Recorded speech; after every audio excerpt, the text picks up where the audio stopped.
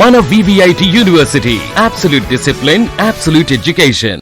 16 ఏళ్ల క్రితం T20 ప్రపంచ కప్లో కనిపించిన దృశ్యం ఇప్పుడు IPL వేదికగా మళ్లీ కళ్ళ ముందు కదిలింది. Team India star all rounder Rajasthan Royals కీలక ఆటగాడు రవీంద్ర జడేజా మైదానంలో దిగితే చాలు మెరుపులు మెరవాల్సిందే.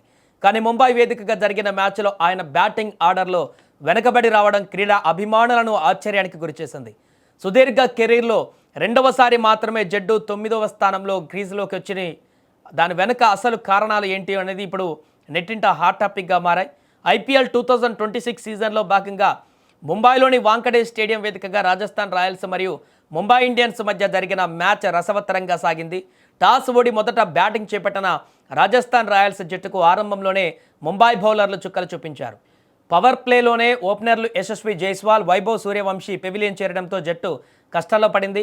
కెప్టెన్ రియాన్ పరాగ్, ధ్రువ్ జురెల్ జట్టును ఆదుకునే ప్రయత్నం చేసిన భారీ స్కోరు సాధించడం కష్టమనిపించింది. కానీ ఈ పరిస్థితుల్లో రాజస్థాన్ మేనేజ్మెంట్ తీసుకున్న ఒక వ్యూహాత్మక నిర్ణయం మ్యాచ్ గమనాన్ని మార్చేసింది.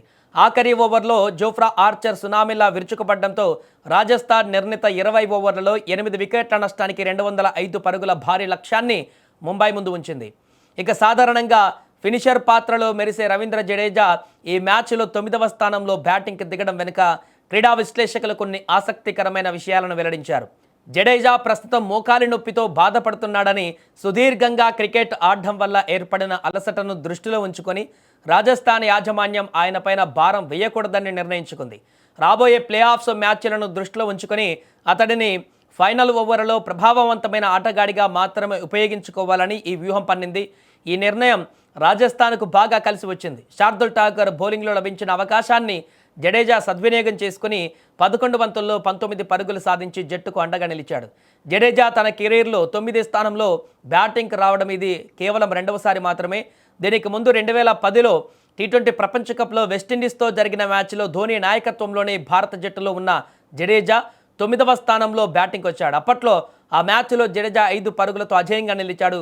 సరిగ్గా 16 ఏళ్ల తర్వాత మళ్ళీ అదే తరహా పరిస్థితి ఇప్పుడు IPLలో పునరావృతం కావడం విశేషం. ఇక వ్యక్తిగత రికార్డుల కంటే జట్టు విజయం ముఖ్యమని భావించే జడేజా తన బ్యాటింగ్ స్థానాన్ని త్యాగం చేసి జట్టు అవసరాలకు తగ్గట్టుగా ఆడటం ఆయనలోని అంకిత భావానికి చాటి చెబుతోంది. గాయం ఉన్నప్పటికీ మైదానంలో ఆయన చూపిన పోరాట పటిమ రాజస్థాన్ రాయల్స్ అభిమానులలో జోష్ నింపుతోంది.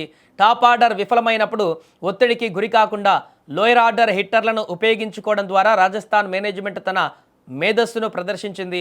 ఏదేమైనా 16 ఏళ్ల తర్వాత రిపీట్ అయిన ఈ అరుదైన రికార్డు ఇప్పుడు క్రికెట్ చరిత్రలో ఒక ప్రత్యేక అధ్యాయంగా నిలిచిపోతుంది.